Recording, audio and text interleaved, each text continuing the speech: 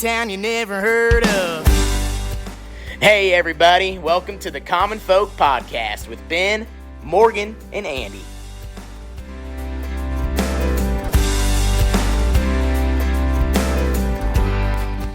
Welcome back to Common Folk Podcast for the people, by the people. Was that Whoa. a question? That was a question. Andy, that wasn't typical. Start over. Podcast for the people, by the people. Oh, there you go. There's there you radio go. voice. Yeah. What do you like? Just because it's a I early don't know. morning or something? Change things up. Oh, okay. you know? You have enough coffee yet? Season's changing, yeah. Oh, I've had plenty of coffee, but I'll have some more. So this is your third? Probably, yeah. Okay. Yeah, I don't You know. always have like two Yeah. pots by the end of the day. So Quite a bit.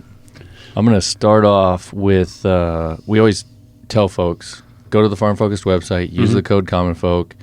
Sometimes folks use it, sometimes don't, but I want to shout one out so that people realize this is a real thing, okay? All right, okay. all right. Like we're not liars or what? This is from Chad D.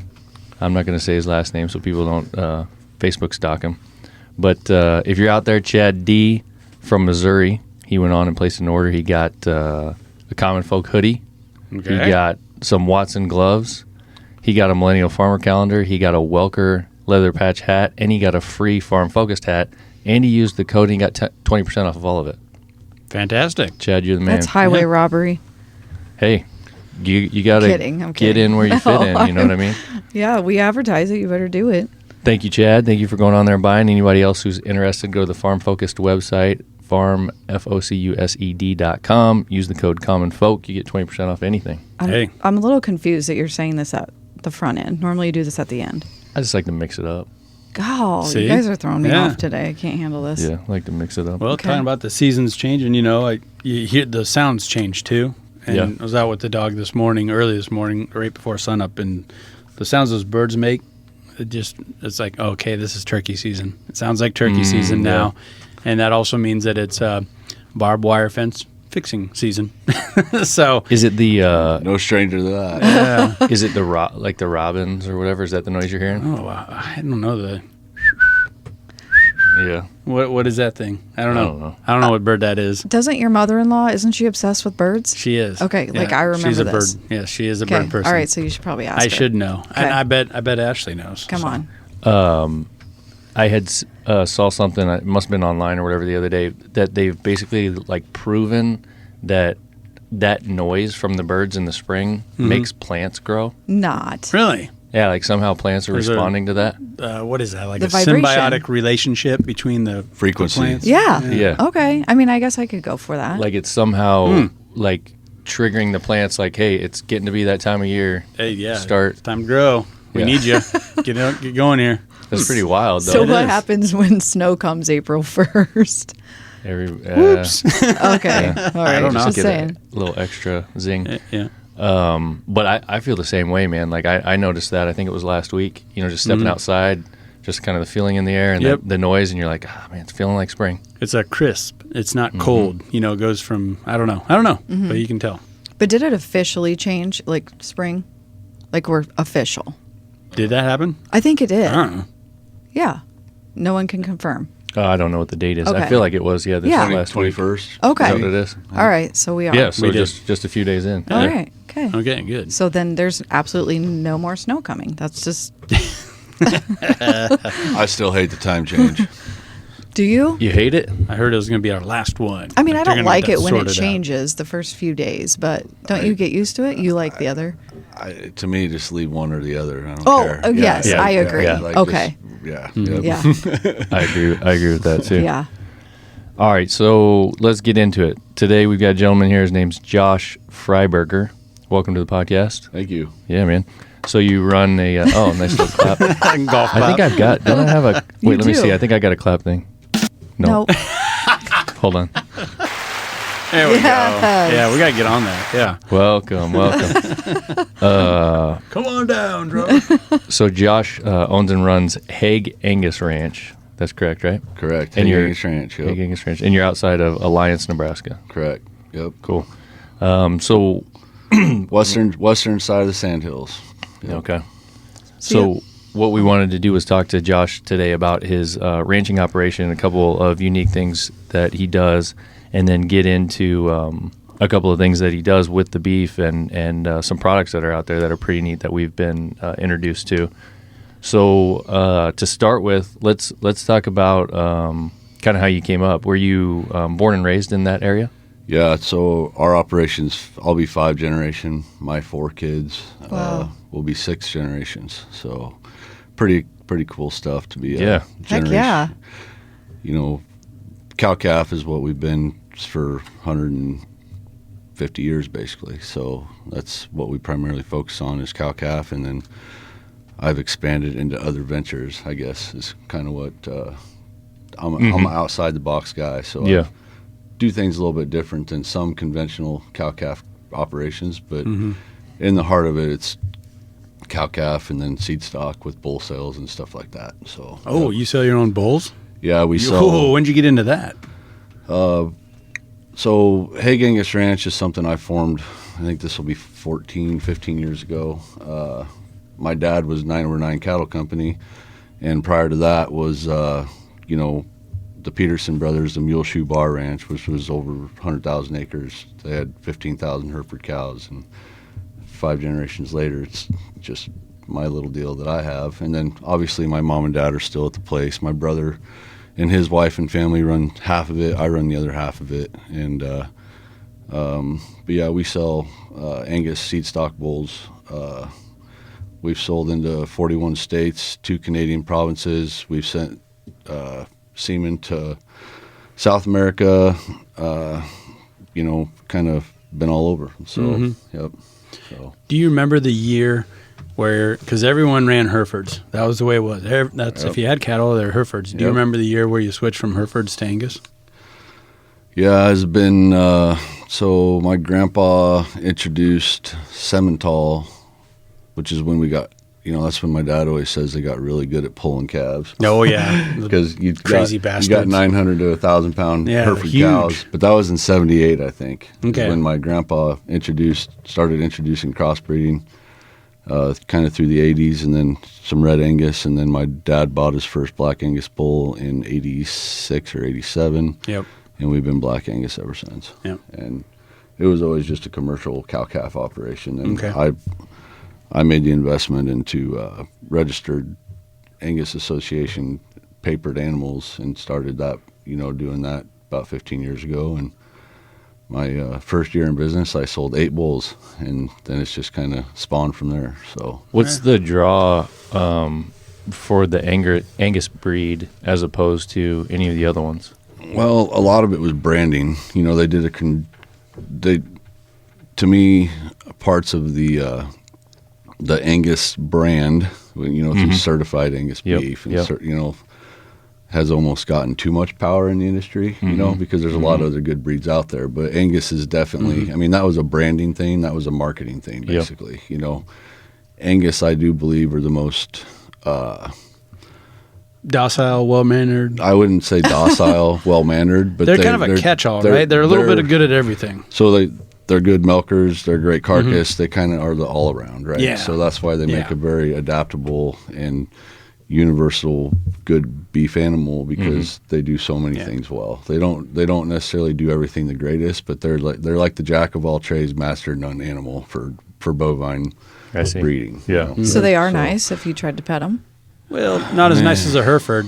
Okay. I mean, I don't know. So when you got some wild-ass Herefords out there, or what? Oh, yeah. When you're dealing, that's the thing about, everybody always says this breed's more docile than that breed. I tell you what, there's a mean old rascally bastard in every one of them. So you can run. It's like people, right? Yeah, exactly.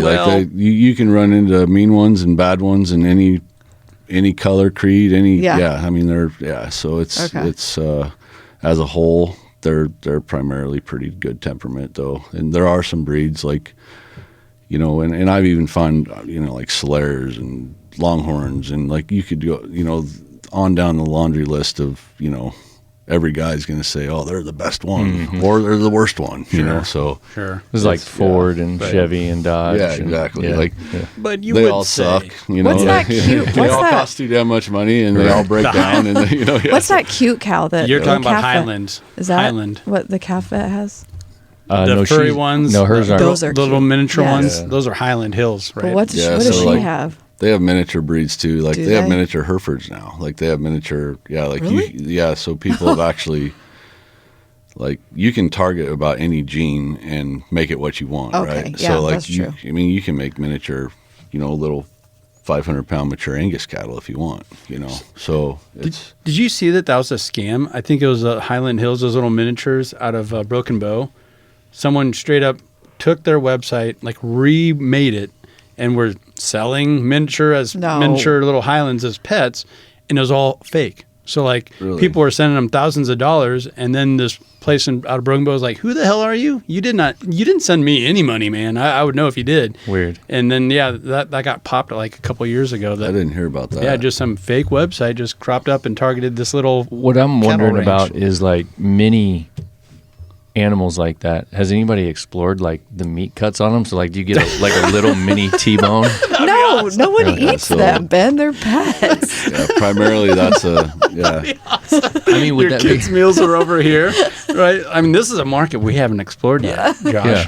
I tell Here you we what. Hey, I mean, I'm a cowman first and foremost. I also do nutrition consulting for a big company, but I'll market it. I mean, yeah, let's go. Let's Yeah. go. If you figure It's it like out, a kid's meal. yeah, I mean, Yeah.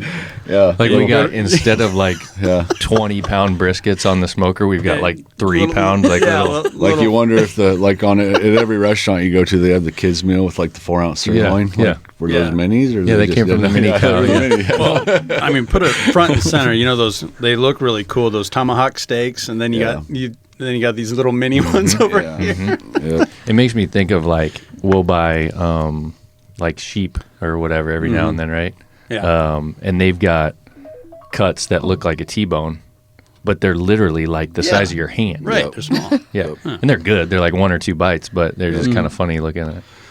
Yeah, no, I mean, there's that's the cool thing about the beef industry as a whole is that, like, some people that aren't involved with the beef industry, they always ask me like, why don't you guys unionize or why don't you?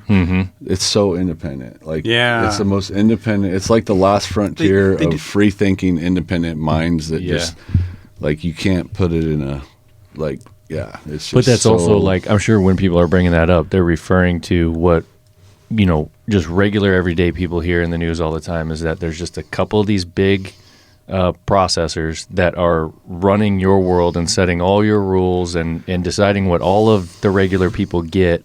So I think people are kind of thinking like, what can you do to take some of the power back? Yep. Is probably exactly. the And like yeah. I've had like I could go down a pretty deep rabbit hole here of frustration Oh, I'm and sure. things that should have Yeah. been different. Like you look at like the beef checkoff dollar, for instance, that everybody pays into, right? Like I feel they could have been they could have done a lot more with that dollar that we've been spending for so many years. I mean, we're talking billions. I mean, Explain what that is. so, like, anytime you have an animal that gets inspected by, say, the brand committee, like, or you have an inspection process or anything, there's a beef checkoff dollar that you pay for that, Okay. that you pay. And they've done some good things with it. I'm not saying it wasn't, but, like, for instance, you look at the last 30 years, they could have built a, they could have took all that money and Yep. put packing facilities all up and down I-80 and Sure. they could have made it to where it wasn't such a monopolized market in that area, right? And that would have benefited a lot of people if you had 50 to 100 head packing houses from Salt Lake City, Utah to Chicago. Sure. Yep. And Yeah. so they could have started building, they could have just infrastructure, things like that. So there's I don't know, but like I'm such a small man on the totem pole, like from that regard, there's a lot more powerful people making those decisions. Yeah. So you know what I Right. mean? But they Like, didn't it's- do that because of one person wanting to benefit?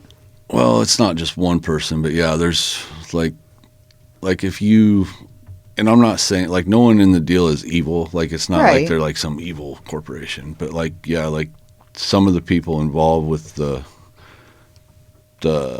call it the line of progression or the whatever you want to call Tier it in the rank. yeah, like, Yeah. like there's a few guys that got a little bit too much power, just like any industry, Okay. right? I mean, you talk about the major 4 packers, and that's what you're talking about, right? Like, yeah, they control A lot. They control a lot. Yeah. Like yeah. And right now they're actually losing money. Like I mean, because cattle prices are at all-time highs right now. It's very difficult the only way you get into this business is if it is generational. Yeah. Like there's damn few people, unless you're the mega rich, like Bill Gates buying farm ground, those guys, right? Which totally sucks, but sorry. But Ted Turner owned half of Nebraska now for bison. Woo! Yeah, I mean, so unless you're mega rich, you're not getting into the cattle industry. Yeah. Like it's the upfront investment is just it's way too great. Yeah. So it's like that on like the farming side, row cropping side as well. I mean, we've talked to guys about that. You can't. The barrier to entry is just too high. Yeah, I mean, you can't go minimum to make a living in the cow-calf sector. You're going to need 200 cows and be a damn good marketer of them to make a good living. And like out west where I am from, and you go to the big country, like the rule of thumb is like a family, like 400 cows per family. That's a good living. Well, Really? to go buy 400 cows, you're talking.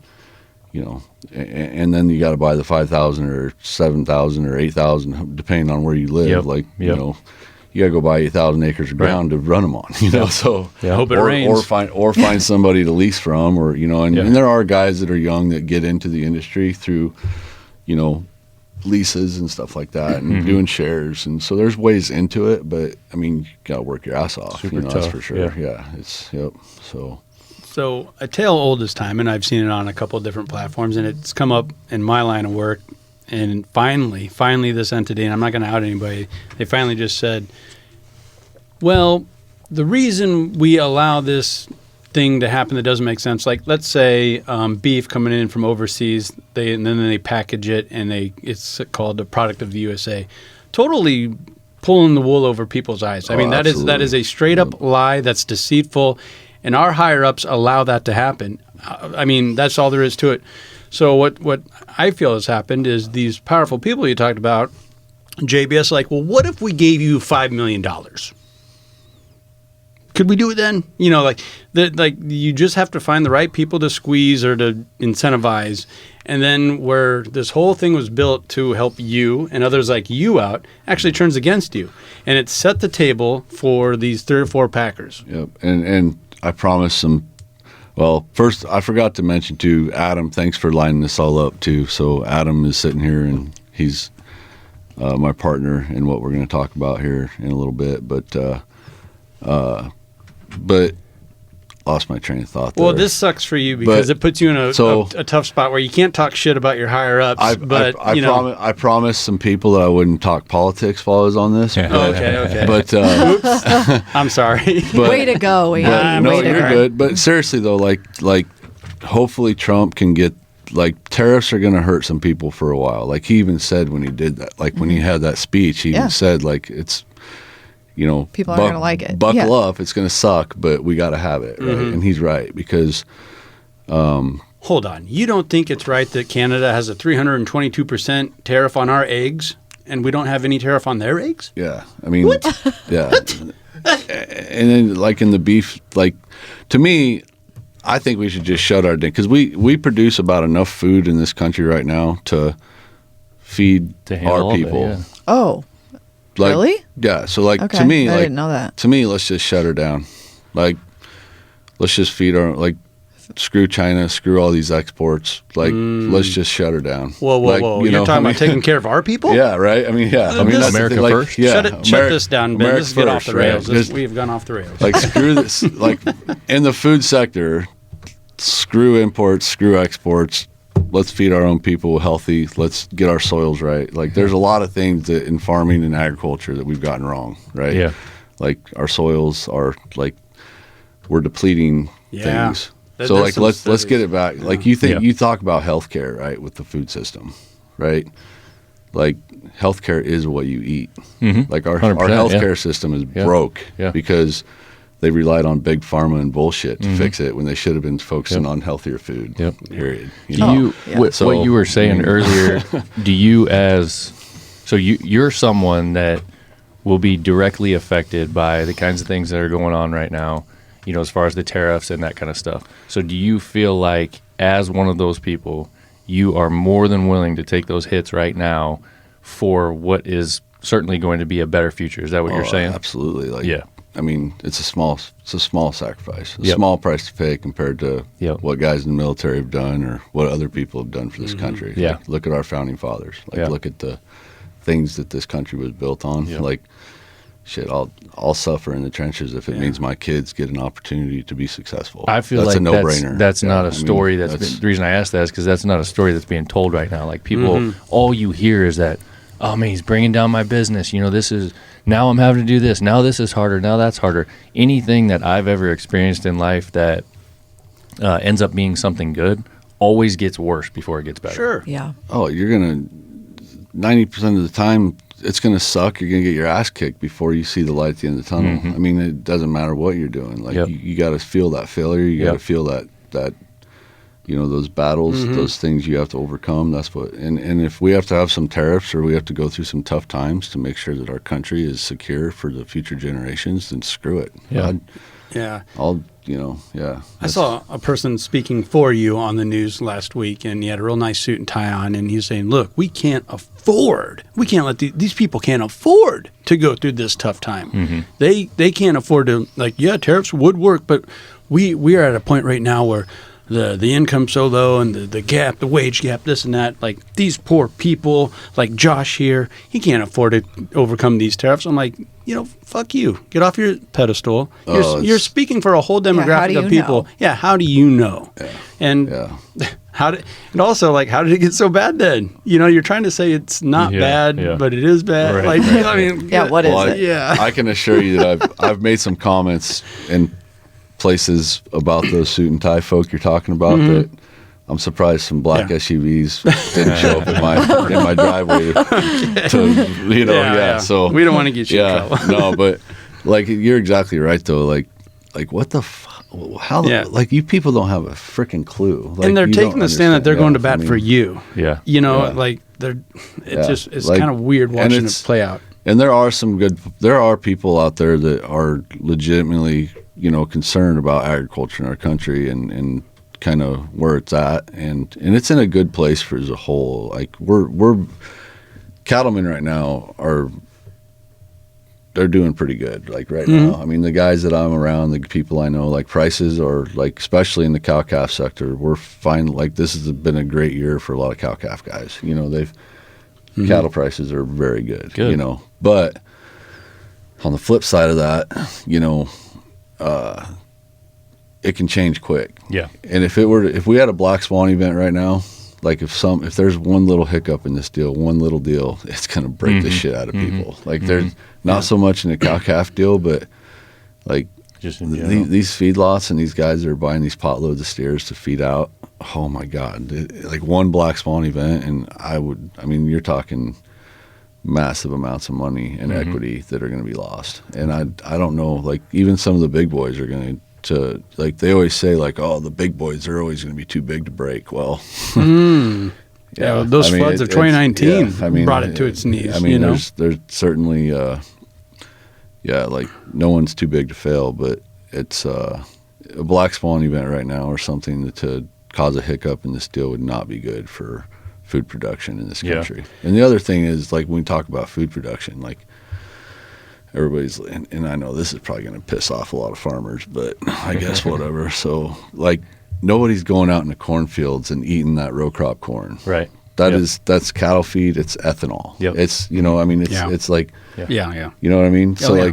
like when I talk about food production, like, let's get back to making food, and let's drill oil. Like, screw your ethanol. Let's go drill Let's go drill for oil. Let's use our energy. We have so much goddamn oil in this freaking ground across North America. It's stupid. Like, let's make Alberta our 51st state. Because then when it comes to, I'm not sure if you guys have realized yet what side of the political spectrum he's on. I don't know. But it's questionable right now. That's pretty obvious when, like drill, baby, drill. Yeah.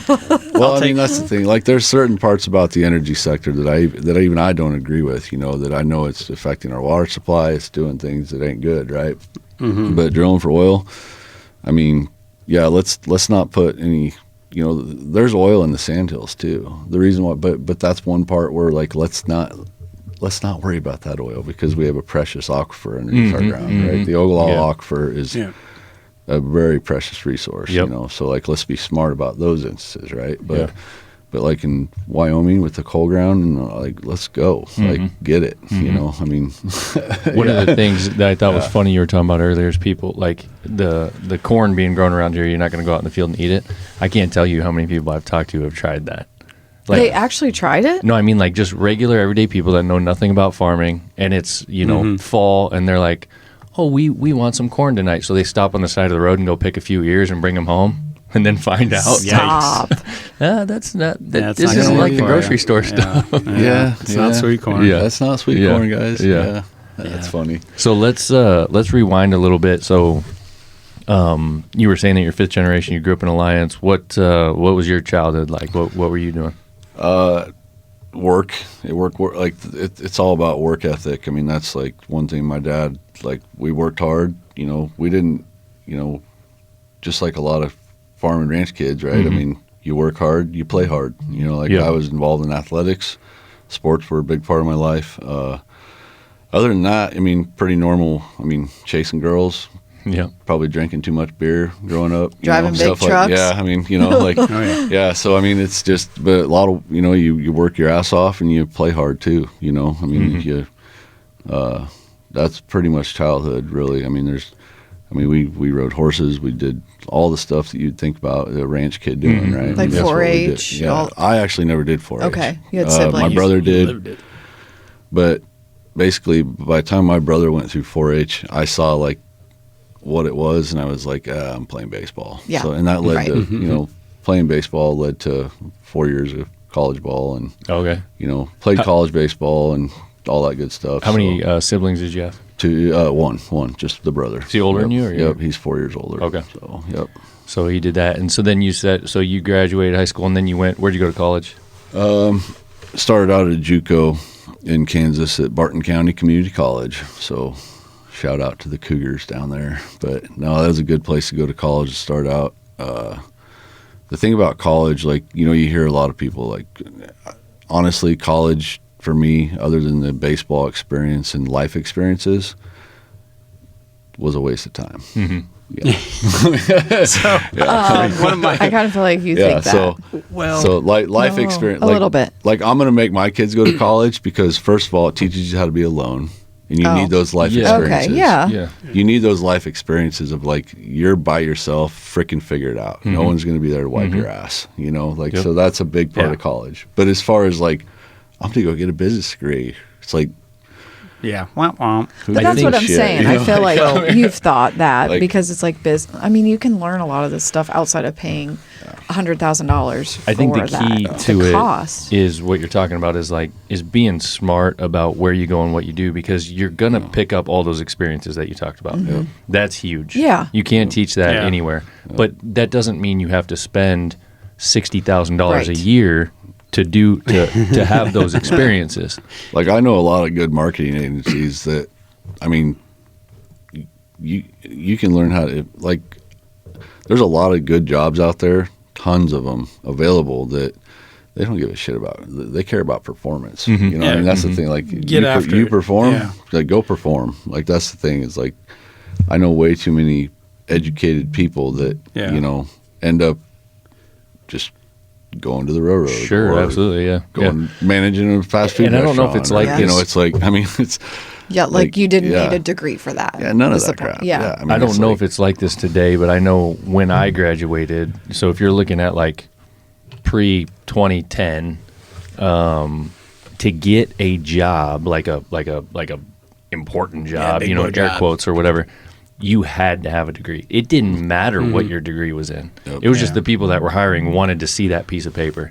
And I always thought that was pretty stupid, but I also realized after the fact that basically it just showed that you could start something, you could stay committed to it, you could finish, and you're going to pick up a bunch of life skills from it. So that's like the Sylvester Stallone series where he's in Oklahoma, Tulsa. Have you guys ever watched that? Yeah, Tulsa King. I haven't seen think it. it's called Tulsa.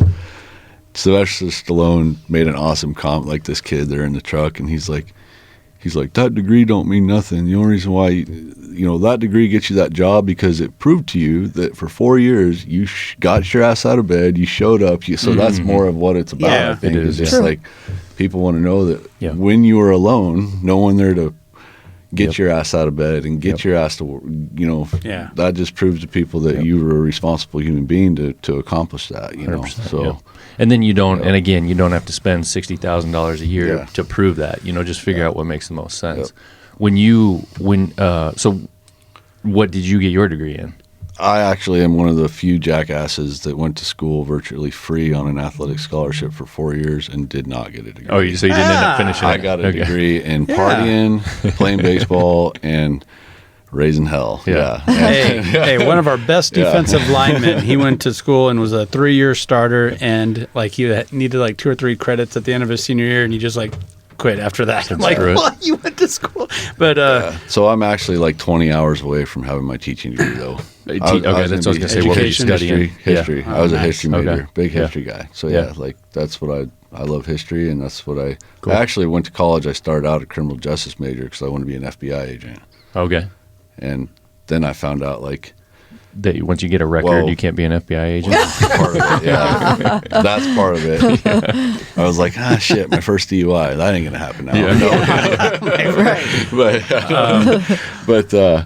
But no, really though, seriously, the FBI thing. The reason why I didn't pursue criminal justice anymore was because when I first started looking into like the reports you had to file, All the paperwork and all that. all the crap behind Yeah, it. yeah. You crack some losers, some freaking pedophile or some jackass, you crack in the head and freaking throw his ass behind bars. You got to fill out 50-page, file a big Right. 50-page report that you did that. Screw that. I ain't doing that. Yeah, why don't they have people just, for that? Just do just do the right thing. You know, I mean, Right. Yeah. So, I mean, yeah.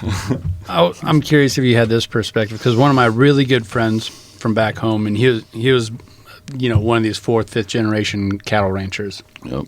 And he was going to Curtis out there. Yep. He goes, man, I don't need this degree, but this is my 2.5, 3-year vacation. I mean, I've been working the ranch, since I was little, and I'm going to be working this ranch when I get back. I'm going to take these 2 years and have fun. So he looked at college as just a break. Yeah. Wow. This is my Okay. Yeah. No, I mean, and that's true if you don't play college sports, but college sports are very demanding. Yeah. So unfortunately, I didn't get much of a break. But and honestly, after my 3rd surgery, I even lost my passion for baseball because I had big time. So I was just literally my junior senior year, it was I Just got a a job. job. I got a job at Menards, just unloading refrigerators up on the top decks of stuff and driving a forklift and kind of limped the last year and a half through college. And because I went to college really for 3 reasons: to play baseball, to get away from home, because up until I was 19, the furthest I'd been away from home was Des Moines, Iowa. We didn't travel, we didn't Right. go places. Yep. So, Yeah. So I was like, I'm going to go see some shit, first of all, and second of all, to play baseball, and third reason, I was like, I got to find a wife.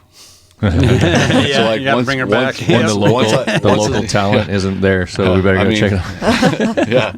So once I met Josie though, literally when I met Josie, and it was time to go back to the ranch. That was the final thing. Yeah. When I met my wife, Yeah. it was all right. And she wanted to go. Yeah, and she did want Okay. to go. Then she was there for a while after She was like, damn it. She was like, "Oh, this What did I do? This sucks. This is yeah." No, It but sounds so amazing at first. Oh yeah, because when you go from living in town where everything's convenient, right, to you're 30 minutes away to just get a gallon of milk, and you're secluded, It's different. and you live next to your in-laws because it's a family operation, right? So Yeah. it was a struggle for my wife. She was but she's so it's all good now, obviously, but there was definitely struggle there, 100%. I think also for folks like you, when we talk about the college thing, where it comes in and it's super important is you're almost expected to be the next generation on the ranch or on the farm or whatever the operation is.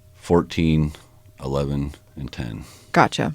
Girl, Okay. boy, girl, boy, girl, boy. Okay. Yeah. Do you see in any of them yet, like, that they are the next generation, that they're going to want to be a part of that, you think? They all have their strong points. God, we talked about this, Adam, for like 2 hours last night. Yeah. So, I mean, no one would have ever thought I was going back to the ranch when I was 15 years old. Right. I mean, I was playing ball. I was, yeah. But you see it's more of your mindset as far as like, how do you handle adversity? How do you, like those things. So, yeah, I think any one of my kids right now at this point are capable. You know? So it's like, I don't know. But that's why I'm trying to create other businesses. Yep. Like I'm not just a cow-calf ranch. Like we do a lot of other things too, through our meat company to Sandhill Slims to the nutrition consulting to like, there's a lot of things that I would do outside of there where I'm trying to build other businesses so that my kids have opportunity. Because the ranch ain't big enough for all of us, right? Sure. You go another generation to my brother and his 3 kids and my 4 kids, and it's some of you guys are getting jobs Too off thin, this ranch. Like it just doesn't work, So yeah. So, let's talk about the ranch itself a little bit. One of the questions that I had, what's in the name, Haig? So Haig, so I'm a history guy, right? So I did you go back on the old maps. So the guy that settled that particular place where my yard sits, his name was Haig. Okay. And then my great grandpa acquired it from him. Okay. So where was he? Where my would the Haig where my from? great grandpa actually settled was like 15 miles to the east of us. Okay. But then that Haig guy is right where my yard is. So I went back and I said, okay, Nice. so that's where Haig Angus Ranch comes from. That's the original Homestead Act deed. That was the guy. So Interesting. you go back on the old maps, it says Haig Ranch. Yep. Do you know where that family came from? Oh God, no. Okay. Yeah. I mean, I tried to do a little history on that, but I mean, that's Yeah, I'm I sure it's couldn't. pretty. Yep.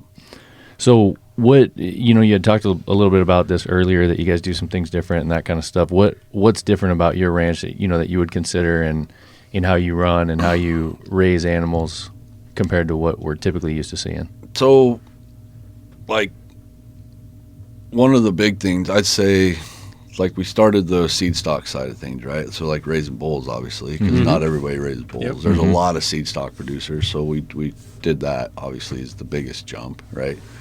But nutrition, from nutrition to management practices, we, for instance, we don't vaccinate anymore on any females. And that's a whole nother rabbit hole. Sure, I could go down. Oh. That sounds like a rabbit hole. I like this guy. Yeah, so some of our management practices, people are like, you're a dumbass. You're going to go broke because it's so far outside the ordinary. But now there's actually a few people around me that are so we vaccinate our steers still, right? But we don't do it till the fall. So when we calve, it's the stress management is key. Nutrition and stress management is the key to health, right? So, everybody's worried about, they're all going to die if you don't get vaccine in them. It's well, I'm not dead. My kids aren't dead. Pretty sure everybody I knew that got COVID real bad and didn't make it, went to the hospital. Yeah. Whereas, so like I said, that's a rabbit hole I don't want to go down. Yeah. I got you. That'd be a longer. That'd be a little too long. Yeah. But no, I mean, so our management practices are certainly kind of, I just started doing a ton of research on lower GI tract impact, gut health. So we look at everything on our ranch from a diet and management of stress versus if you do that right first, everything else will fall into place. That's the key. So right? what kind of things do you do to alleviate stress and to focus on that diet? We calve them out and they go to grass. And they get, Advanced Ag Products is a company that I consult for.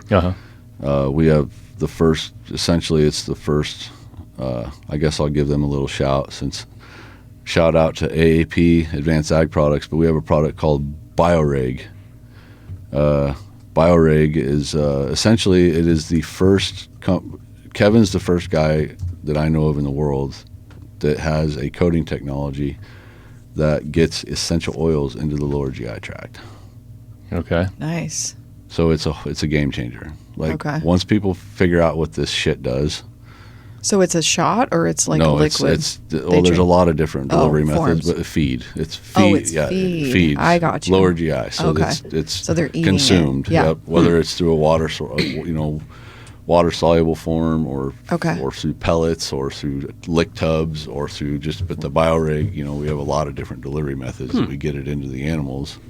So it's not a one-time thing, is what I was getting it's at. it's a program. It's a consistent- program. Yeah.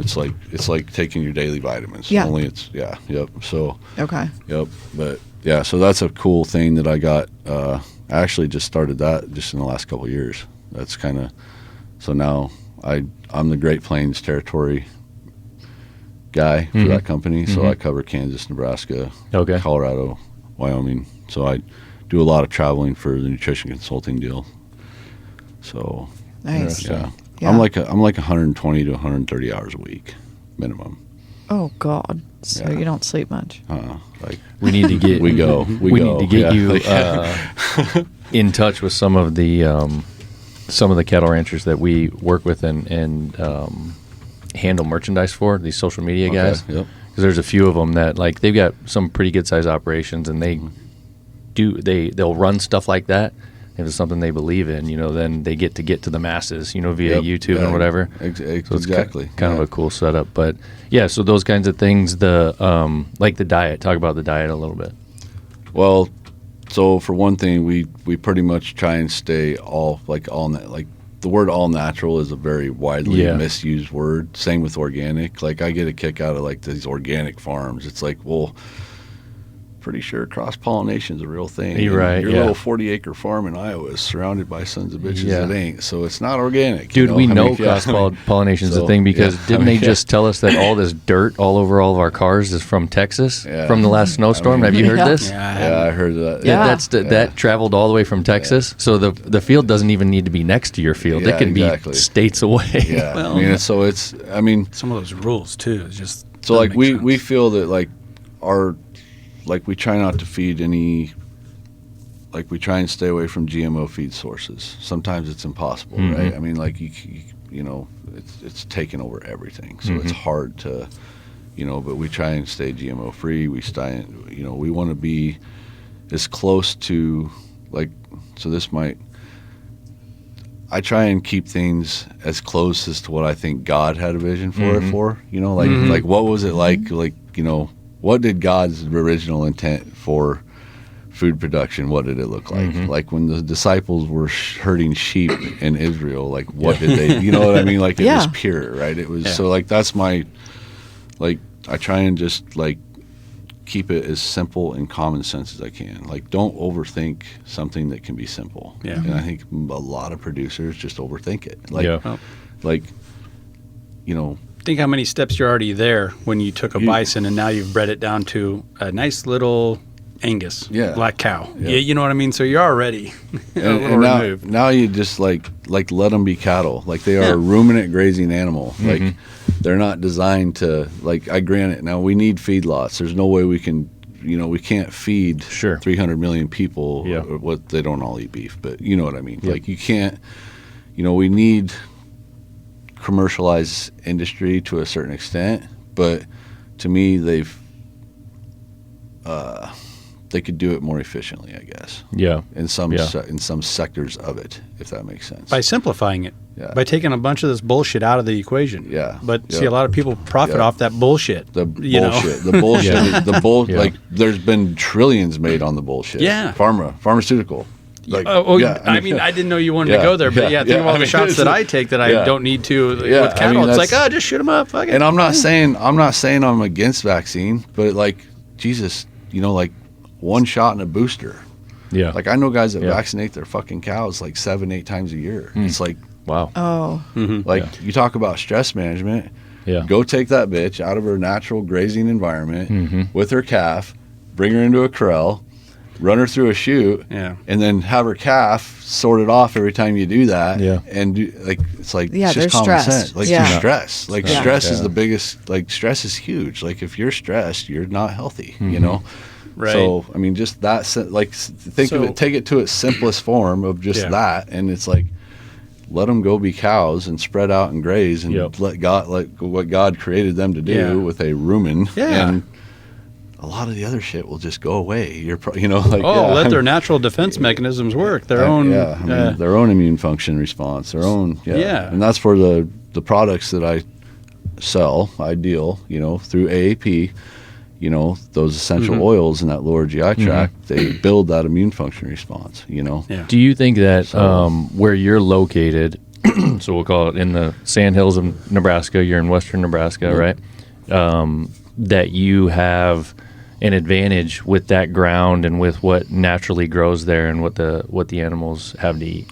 I mean, yeah, because it's untouched. Like, that's one of the things that we portray in our story about our Sandhill Slims product, is that we have the Sandhills in Nebraska. I mean, it was declared its own freaking ecosystem by Wikipedia. Like, it's the most unique ecosystem. Like, you can go to the Red Desert in New Mexico and find similar grounds in Wyoming, and you can find similar ground in Georgia but there's nowhere like the Sandhills. It's a unique ecosystem. Yeah. Unlike any other ecosystem. It is the way it was 100,000 years ago. The grasses are nutrient rich. They grow back fast. They regenerate fast. Like, if you could imagine a bison herd rolling in, eating it down, and then rolling to the next spot, it'll grow up real fast. Like, and it's just amazing. Like you said, so it's recovery. And that's part of the grass recovery. Grass management is recovery time on grass. So like a big herd of ruminant animals would graze that ground, and then they might not come back for 2 years. Or a year. So like that's part of you talk about like our management of our ranch. Like, I rest 2 pastures a year for the entire growing season. They don't see a hoof. So like, I have that built into my pasture rotation to where those 2 pastures don't see a hoof from basically April 1st to October 1st. Okay. Wow. And that gives everything a chance to go to seed. It gives everything a chance. So that's That's pretty unique. To do it, That's pretty unique. Yeah. To do it properly, obviously you have to have a good amount of ground in order to do that, to treat it right. Well, you just got to not overgraze. Yeah. Like, some guys just run too many goddamn cows. Like, So how many cows would you say per? Is it a thing per acre? So it's like it's based on animal units. Like, that's how like the livestock industry looks at animal units. So like on our ranch, stocking rate is average about 22 acres to run 1 cow.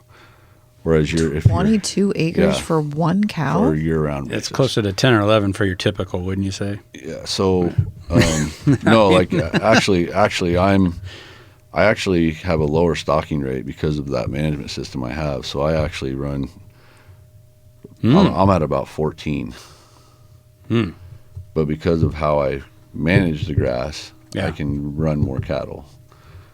But some guys, like, if you have, for instance, like if you have a big, say you have 500 cows and you have 2 1,000-acre pastures, and you have a 2-pasture rotation, and you go through them every year at the same time, you're creating a monoculture species of grasses, and you're destroying that pasture. Yeah. Whereas if you have whereas you could probably run 1,400 cows on that same, deal if you had that split up into 10 paddocks and you were resting a couple of those the whole time. You know what I mean? So like, it's that system of management. Like, down here, you guys can get away with a lot heavier stocking rates because it's not sand. Like, if we overgraze where I'm at, it just turns into like 5 days of wind like we just had, a 60-mile-an-hour gust winds. Yeah. It's a giant fucking sandbox. It just turns into a blowout. Then you got nothing. I didn't think about that. Yeah. So right. So, but like down here, you can probably run a cow, like 2. I don't know. You gotta have to talk to some ranchers. I think it's around 11 or so. 11 acres. Probably like, I know. Like my buddy in Iowa, he's an acre and a half to run a cow year round. Okay. Whoa! It's like super good, right? Goodness. Super good. Yeah. So it's I got buddies all over the country that I have a guy in Wyoming, a good friend of mine, Ken. He's about 80 to 90 acres to run a cow. It's just high desert country, so there's not much there. Just more sparse. Yeah. So what happens in the winter for diet and feed?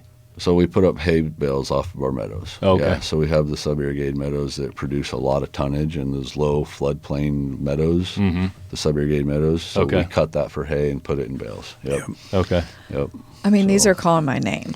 these, these beef sticks. Let's get into that. I feel like we're talking, should eat one. We're talking about how the ranches and how you raise the cattle and things like that. One of the businesses that you started is this Sandhill Slims. You've mentioned it a couple times. Tell us a little bit about Sandhill Slims. So Sandhill Slims was an idea that spawned in my brain one night driving. I was delivering bulls, and it was like 2 a.m. coming back from, I think I was coming back from Iowa. I can't remember, but I had like, I don't know, no sleep, and I was just driving, and I was like, God damn, I wish there was a way I could make my marketing plan for my bulls go full circle to where like I could buy cattle back from those producers. And I was like, oh, beef sticks. And Boom. And then I was like, so I did my own research. I started going and sitting at truck stops. Like I'd just go sit in a truck stop for like an hour up front, watching like, okay, is this worth it? Like what are people buying? What are people buying? And like there's way more of those things. Like people want healthy snacks. Yeah. Like, and it's gotten even more that way. Like this was 6 years ago I was doing this. Sitting in truck stops, like doing the legwork of like, is this worth it, right? And it's even gotten a lot more to where people are just fed up with unhealthy shit. It's just what it is, you know? Yeah. And so I knew, like, back then, I was like, okay, I'm going to create a beef stick that nobody else has. For one, 90+% of beef sticks sold in this country are from imported trim, just like you mentioned. You know, people don't know that. Like, interesting. We actually know me and another one of my partners actually know the guy that imports most of that trim. He's a solid dude, awesome, huge successful businessman, great person, but it's imported trim from Uruguay, Brazil, Tasmania, all so over it's kind of like eating a hot dog. Well, no. Okay. It's not pig lips and assholes. Okay. But, I'm just saying. But it's still beef. Like it's still beef. Yes, but you know where it's coming from. But basically. It's imported trim. Yeah. So so I was like, damn, I could have 100% Nebraska from womb to tomb, like the whole process, womb to tomb, beef stick that's healthy, whole. People can know the story, people can respect the product, they can understand, like so that was the whole start of it. Like what spawned it was like, this will give me an opportunity. So like the people that buy bulls from me, they buy genetics from me, like I can offer a buyback protein program on their cull cows, like the animals that don't get bred, the animals that are culled out of their herd, and put it into a stick to help. So like this was created to make the income flow go full circle with the producers in the Sandhills of Nebraska. Oh, I see. So like now I can help the producer. So like because cull cow prices right now are higher than hell, but they're not always that way. So like we can offer a premium to some of our producers that we deal with, and you have to do, like on the box you'll see it says made from 100% Nebraska Sandhills pasture raised beef. So like if your cattle are sitting in a feedlot getting 30 pounds of corn every day, they ain't going to qualify for our program, right? Because we want our cattle to be, right. So you're picky. Goes back to that whole thing of the prairie, preserving the prairie, preserving the aquifer. Like we want to. It's a holistic mindset, and that's another word that can get misused. Holistic or regenerative. Like I'm a big believer in regenerative agriculture, right? So those words can be misused, they can be altered and sometimes not thought of in the right way of what I feel they mean. But basically it just means like, how did ruminants roam this ground 1,000 years ago? That's the kind of cattle before all of us humans came and effed it up. That's right. I mean, so that's like, we want to get as close to that as we can. I like it. Yep. So I'll be honest with you, as far as like when you were talking about when you're thinking about doing this business, like if it was me, I would run as far as away as I could get from it, because I see all these things in the grocery store or in the gas stations, and I would just be like, dude, people have no idea. Like, this is got to be hyper competitive, all these kinds of things.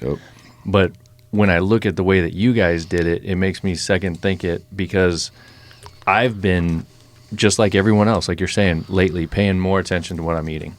And I go into these gas stations and I'm looking at stuff. I need a snack. I'm freaking hungry. And literally I cannot pronounce the ingredients. Yeah. And I'm like, why do I want to eat that? What is this trash, you know? Yep. When I look at what you guys have on here, and I'm just going to run through this real quick. Ground beef, Baja Gold Mineral Sea Salt. What's the significance there? So Baja Gold Sea Salt is when we did our research, and Brandon, my other partner, did some significant research on developing this recipe. But Baja Gold Mineral Sea Salt it's actually out of the Gulf of America now. But so the sea. So like when the high tide comes in, it goes. So it's leaving those salt. So it's the most.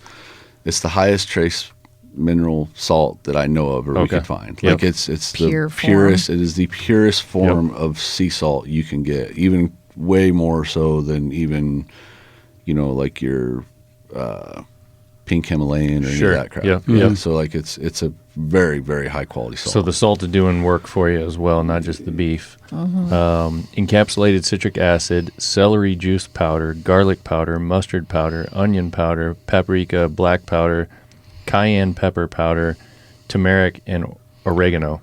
Yep. That's it. Turmeric. Turmeric. Yep. Turmeric and oregano. So everything that when we started looking at this recipe, everything that and I should let Adam talk about this. He's the fitness guy, but like I wanted this to be like, if you're a world-class athlete, this is going to help you.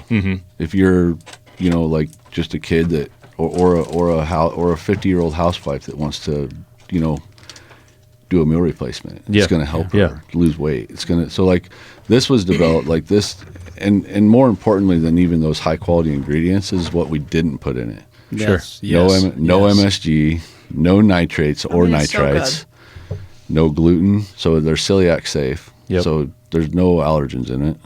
It's no sugar or sugar substitute. So like we did not we dotted every I and crossed every T with these sons of bitches. I mean, try it. These are so tasty. So we're about to try it. Yeah.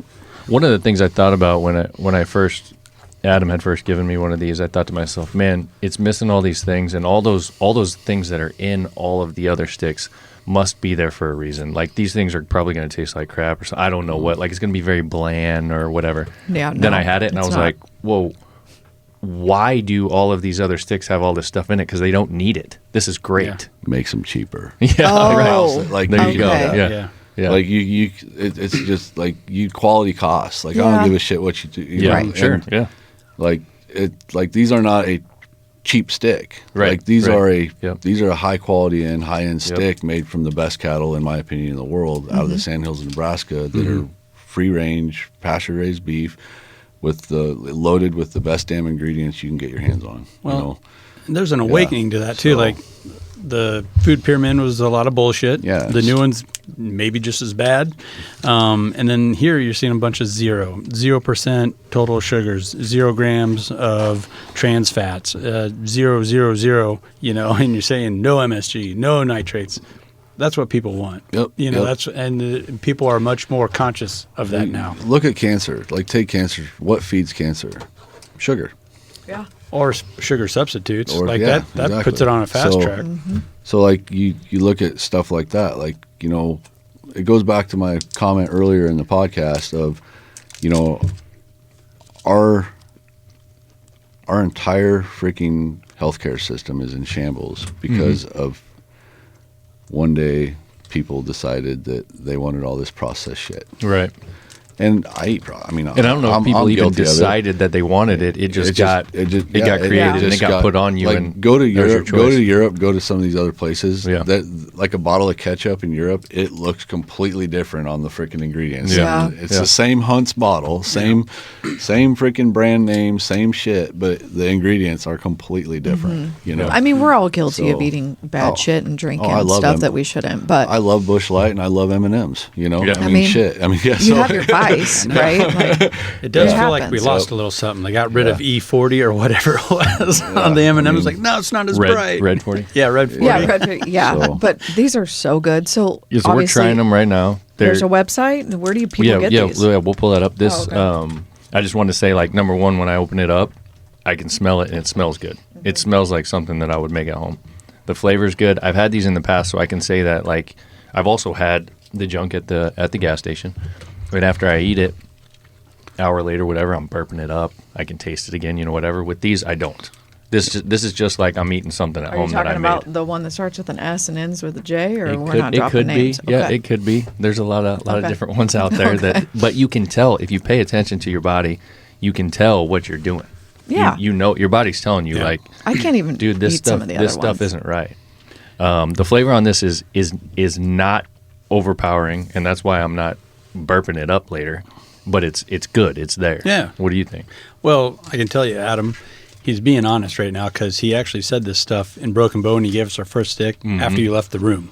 So Yeah, you when weren't you even weren't there. around. Yeah. So no, I totally agree, and it goes back to kind of your common theme here, Josh.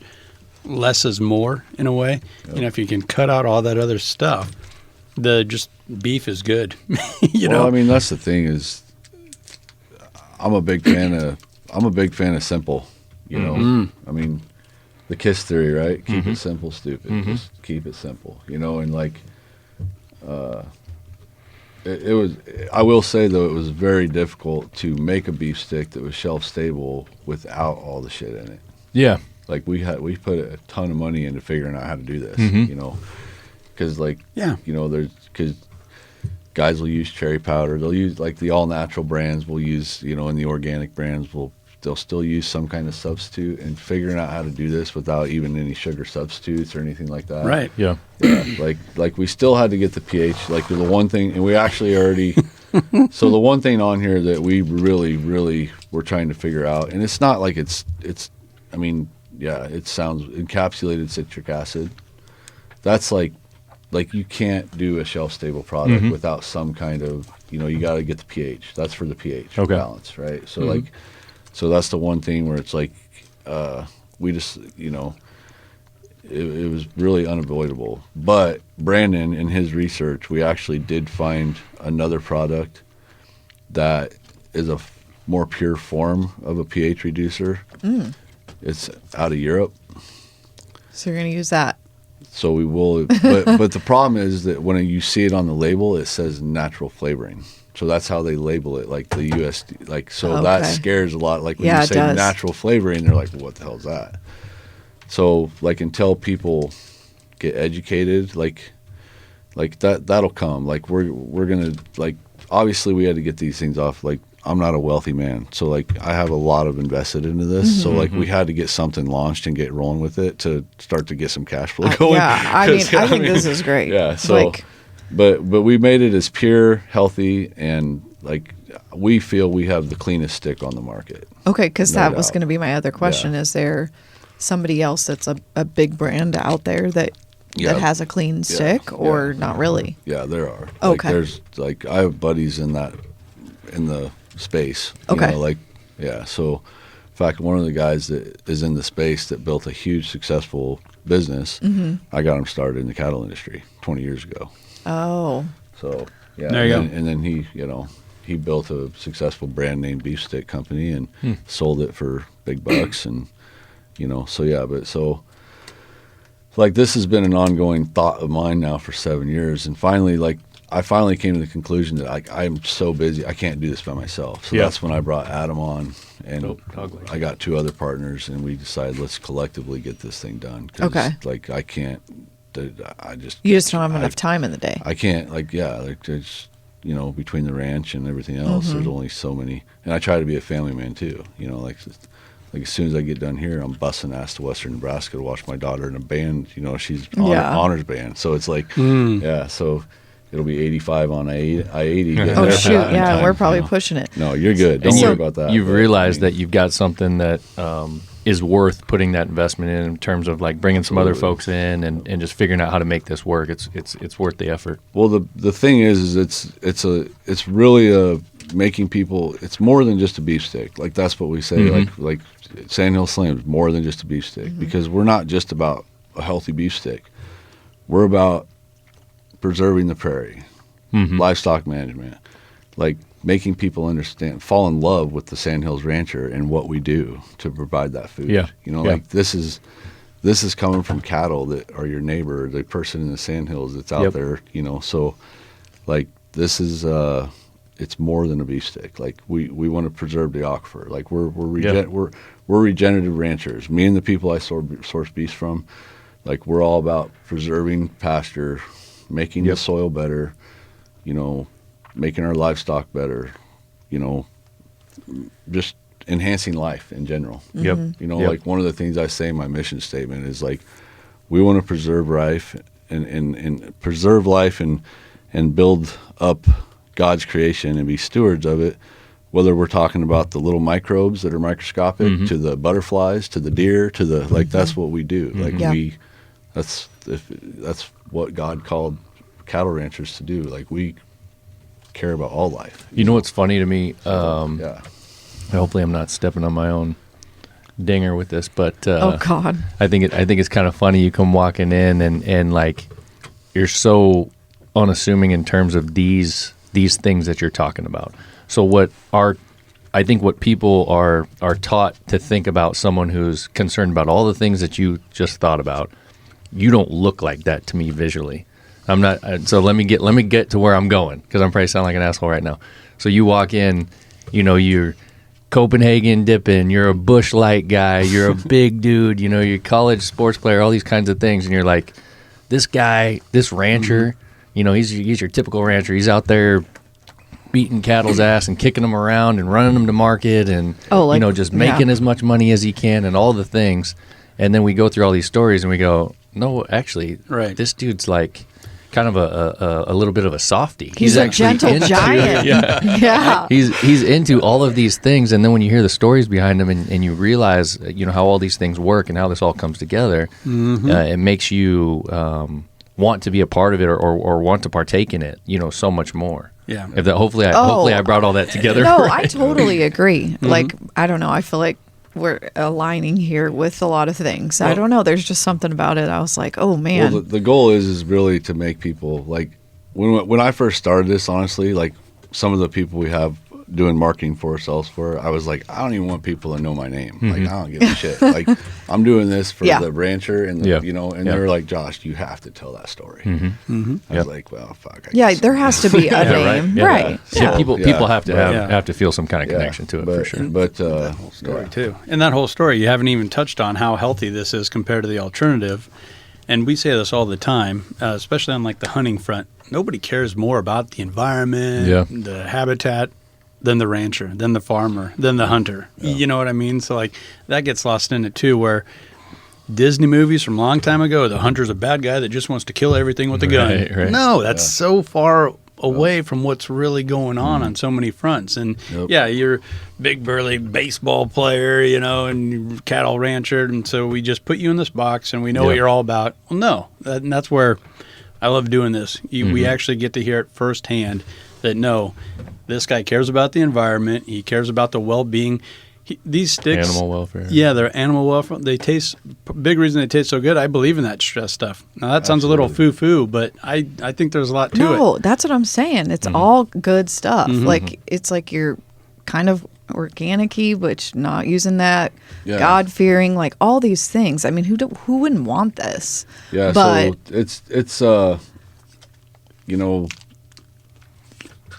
I've been, like, some guys that are in the industry that know me are like, man, you're borderline a liberal tree hugger. Like, you know, because I give a shit about, like, you know, like, like, I fucking care about the future generations of this industry. Like, we have to take care of the shit that we do. Right. You know, like, we can't abuse that ground. Like, and greed has gone way too, like, greed is a bad thing for agriculture. Absolutely. Because, like, they have to push that land to the absolute max with, you know, regardless of what they do to it to make that profit. And that's like where I'm like, okay, let's figure out a better goddamn way to do this. Like, there's got to be a system by which, you know, and growing food instead of fuel is a big part of that, I think. And like, and in the food, end, a lot of that, like that playbook was already written a long time ago.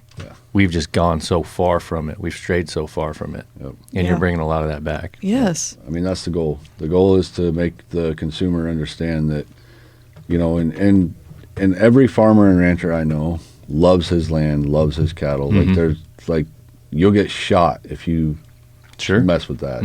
No different than if you tried to screw a guy's wife. He's going to shoot you. Well, you try and trying to screw a guy's land up, he's going to just shoot your ass or his cattle or they love their land, they love their cattle, they love their operation, and that's all we have is our passion. You know, that's our passion. Sure. You know, It's kind of like old schoolish. Yeah. Right? Like it's old schoolish, but this is why this is the new school. This like, is I like why it. we have this podcast called Common Folk, because it's more common than people realize. Okay. We're talking to a common folk guy right here, right? This is an everyday Nebraska raised dude that is doing cool shit, and there's a lot of people out there doing cool shit like you as well. It's just not talked about as much. Exactly. And that's why we do what we do here.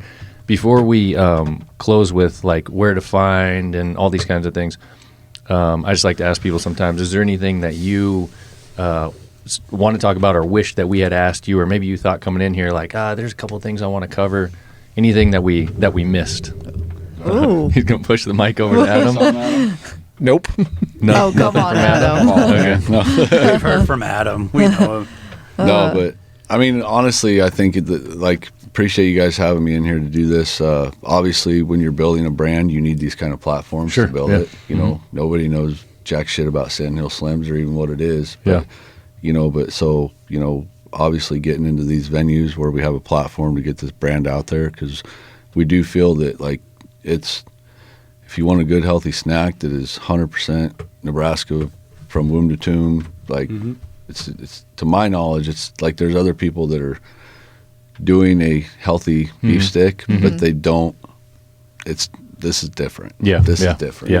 So It is and you so guys, good. you guys are all in it too. I mean, like this is what you would expect to see if people watch the video on YouTube. This is what you'd expect to see from a company that's very professional. You know, as far as like your presentation and all the ways that they're going to see it presented on the shelf.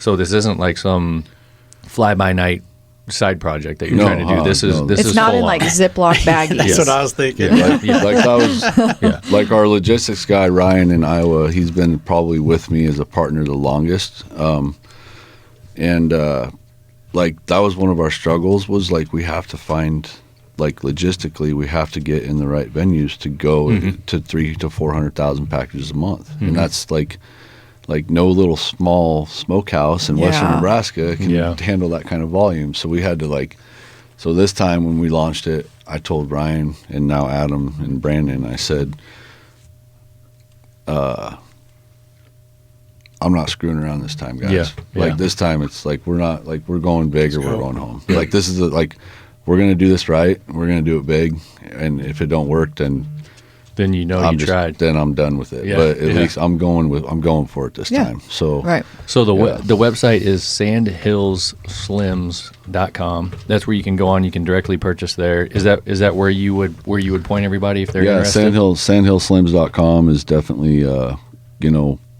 our direct website to order directly online.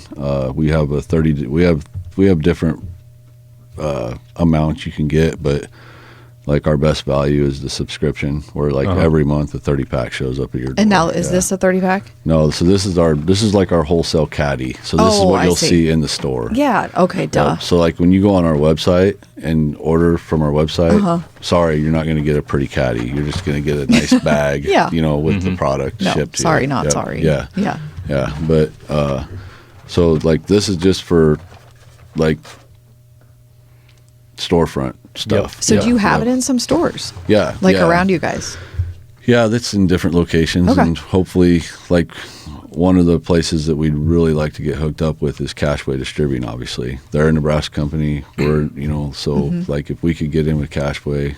So anybody who's listening, if they've got any contacts with Cashway, because I mean up. we have production now to where we can literally go to, we can amp it up to. We can go to 200,000-300,000 packages a month if need be. So, nice. Oh wow! Are you guys on like social media and stuff like that? Can folks find stuff about you there? Yeah, so we have a Facebook page. We're working on Instagram. I got a good buddy of mine that does a lot of TikTok stuff. We'll be on TikTok, so we're gonna get some stuff. Like we'll have I'll do videos, TikTok shop or whatever. Yeah, like all. Yeah, I mean, so like that's all stuff of like getting those brand familiarized with the people is just getting on those platforms, obviously. But Yeah, Sweet. it's like my problem is like I know how to communicate a message to ranchers. Like I am one. I can talk, My problem is like how do you communicate what we're trying to do to a 45-year-old single mom in an apartment in Atlanta or so like that's like I don't know how to talk to those people. Like it's not, it's a whole nother Get in front of them, yeah. Yeah, so like I will rely on Adam and my partners and other people to help communicate that message. Yep. So and on guys the, like you guys. Yeah. on the website, if folks are interested in trying this stuff out and you want to purchase, we've got an exclusive Common Folk discount. I was talking with Adam about that earlier. So if you go on there at checkout, use the code Common Folk. That correct? 10% off. Get you 10% off your order. Can you program it in two ways where it's like common space folk and common folk in case people use one or the other? Yep. So either way, however you want to spell it, one word, two words, whatever, that's going to get you 10% off. Definitely worth trying. I think you're probably going to get hooked. Yeah. I'm telling you, I can't even eat some of the other stuff. So they make my stomach churn. There's no aftertaste. No. There's no grease in your Right, mouth. right. There's nothing. Like Yeah. we're pretty. Really good. Like I will say, like this is. I'm very proud of this little venture, and I hope Yeah. it goes. Yeah, should I be. do. Yep. So, Super cool, man. Yep. It's great. Well, it's been great having you, man. I got to close with one other thing, and this is pretty fitting for what you've got going on. Have you ever heard of Barn Owl cameras? Yeah. The company Barn Owl? Yeah, I've heard of their cameras. Yeah. They, Okay. Security. Well, I think they do Yeah, security, it's a and lot then of they do security like stuff calving barns, stuff Yeah, like yeah, that. yeah, Yep, yeah. Yep. Yeah, so Yep. it's right up your alley. So we've partnered with them. They help support the show. Barnowl.tech. So exactly like you said, if you're looking for some security cameras, they kind of look like a game cam, cellular connected. You can have solar panels to power them. You can have them wherever you want. You might want to monitor a watering hole or whatever the case may be out at the ranch. So go to the Barn Owl website, barnowl.tech. Use the code FARMFOCUSED, all one word, FOCUSED, and you get 15% off of Barn Owl camera systems. We're going to have their founder on pretty soon as well. He's from Eastern Colorado. So, Sweet. yeah, cool company. But definitely applies to folks like you and stuff that you guys are doing. So what else? Anything? Yeah, No? I think we covered a lot. We did, I yeah. learned a lot. You guys are awesome. No, this is we're driving. I was like, man, this is kind of like my house. We're driving out in the middle of nowhere. Yeah. Yeah. Only there's trees. There's no trees at my house. Right, So, yeah, out in the Sandhills. but, Yeah. No, Cool, it's, man. We'll have to come out and visit you sometime. I'd love to get out there. You're welcome. Yep, welcome to come. Yeah. It'd so be great. that's the other thing. Like, I'll be honest. Like, for the listeners and people out there, like we don't put you will never know where I live unless you're invited. Yeah, yeah. Okay. Yeah. Well, I mean, let's face it. Like, it's a burden on my mom and dad. Like, I'm Sure. doing a lot of stuff outside the box here, so Yep. like, I don't want to put that burden on the rest of my family. I you get know? it. And, Yeah. But Yeah. you guys are welcome. Yeah. Appreciate Just it, get man. a hold of Sweet. Adam. Yeah. I mean, you could put us to work Way too. more. I could learn even more. Yeah. We're workers. Yeah. We're, Andy's like, oh no, I don't want to do this. Andy's been down that road. no, honestly, like you Google my name and bad and good shit comes up. So yeah. Hey, I think that's everybody. That's everybody, right? that means it's real. Yep. So All right, man. Josh Freiberger with Hague Angus Ranch and the Sandhill Slims meat sticks. Check them out. Go And to the Adam, website. quiet Adam over here. Adam over here Quiet Adam. hooking us up with the interview. Appreciate you coming, man. Yeah. yep. And again, don't forget the code Common Folk. Get 10% off Sandhills Slims. And I think that's all we got.